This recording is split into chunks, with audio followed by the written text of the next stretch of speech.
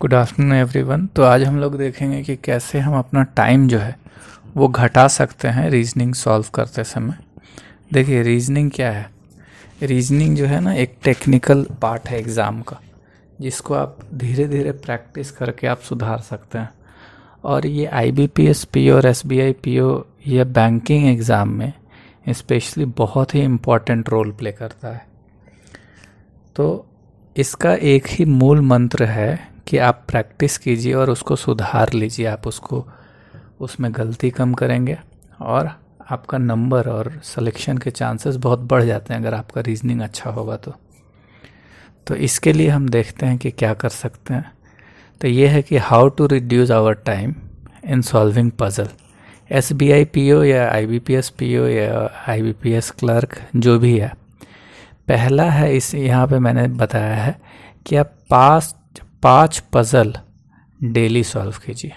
आपका रीजनिंग जो प्रैक्टिस है वो 3 स्टेप का। पहला स्टेप ये है कि आप 5 पज़ल कहीं से भी आप डेली प्रैक्टिस कीजिए। पज़ल 1, 2, 3, 4, 5। और ये याद रखिए कि पाँचों पज़ल एक लेवल का नहीं होना चाहिए। कोई हार्ड है तो कोई इजी है, इस तरीके का होना चाहिए। मान लीजिए पज़ल 1 आपने बहुत ही टफ ले लिया, तो पज़ल 2 आप थोड़ा सा इजी ले लो, पज़ल 3 आप मेंस लेवल का ले लो, तो पज़ल 4 प्री लेवल का ले लो। या वैरायटी लाइए आप अपने पज़ल्स वगैरह में, ठीक है। कोई सर्कुलर कर लिए तो कोई सिटिंग कर लिए, फिर ऐसे करके। तो ये पहला पार्ट आपका ये हो जाएगा कि आपको 5 पज़ल डेली सॉल्व करना है दिन में।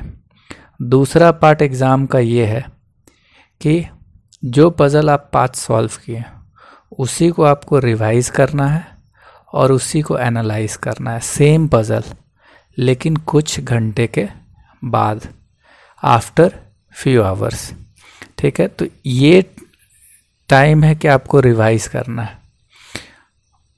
रिवाइज़ कैसे करेंगे? सेम पज़ल को आप दोबारा सॉल्व कीजिए, ठीक है।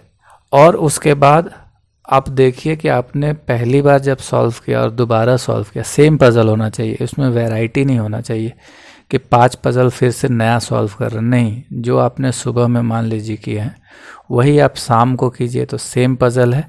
और उसके बाद फिर आप उसको एनालाइज कीजिए कि कैसे, क्या अंतर रहा दोनों को सॉल्व करने में, और देखिए कि आप क्या सीखे हैं उस पज़ल से। और लास्ट और आखिरी स्टेप जो पर डे आपको करना है वो है आपको एक खुद का एक पज़ल क्रिएट करना है। क्रिएट 1 पज़ल, खुद से एक पज़ल आपको क्रिएट करना है। और ये आपको फ़न पर्पस के लिए आप कर सकते हैं दोस्तों के साथ मिलकर कि चलो एक पज़ल क्रिएट करते हैं, ठीक है। इसमें जब आप एक पज़ल क्रिएट कर रहे हैं तो इसमें आपको बहुत सारा नया चीज़ सीखने को मिलेगा। ये पार्ट स्टूडेंट नहीं करते हैं, और जो ये करते हैं ये थोड़ा सा टफ पड़ जाता है कि कुछ 5 पज़ल किए हैं, उसमें से कोई एक पज़ल हम चुने और उस पैटर्न पे हमने एक पज़ल अपने से क्रिएट किया, और उसको बाद में जो मैंने अपने से क्रिएट किया उसको फिर बाद में मैं खुद ही सॉल्व करूँगा। सो create 1 puzzle on your own and solve it by the end of the day. और एक पज़ल मैंने क्रिएट करके उसको सॉल्व कर लिया, और ये मेरा रीजनिंग का एक दिन का प्रैक्टिस ख़त्म हो गया। तो क्या क्या करना है? पहला है कि 5 पज़ल अलग अलग वैरायटी का सॉल्व करना है, फर्स्ट स्टेप।